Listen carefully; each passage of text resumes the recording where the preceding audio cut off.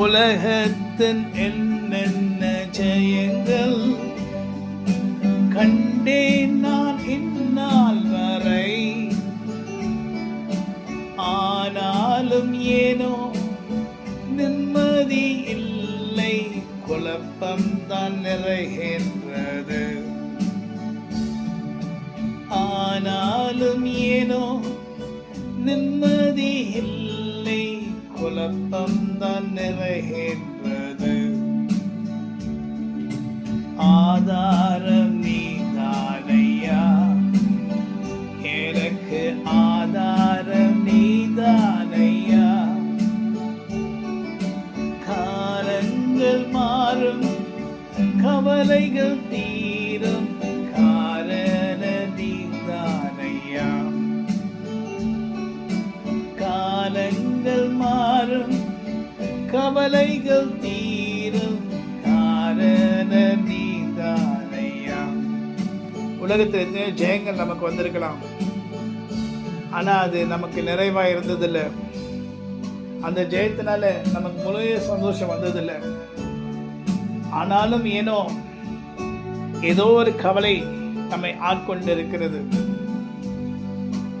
ஏதோ ஒரு குறை நம்முடைய வாழ்க்கையில இருக்கிறது, ஏதோ ஒரு நிறைவு நம்முடைய வாழ்க்கையில வராமலே இருக்கிறது. ஏன் தெரியுமா?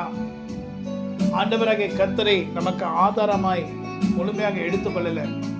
நான் உலகத்தில் நானே வாழ்ந்துடுவேன், I can live by my own self and by my own will, என்னுடைய வில் பவரில் நான் வாழ்ந்துடுவேன் அப்படின்னு சொல்கிறோம்லாம் வாழ்ந்ததாக சரித்திரம் இல்லை.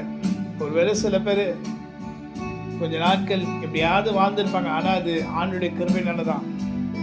ஏன்னா ஆண்டவர் மன்னிக்கிறவரும்